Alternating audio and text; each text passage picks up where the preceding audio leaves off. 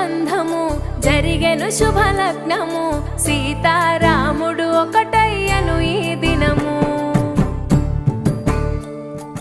7 అడుగుల పయనము ఒకరికొకరు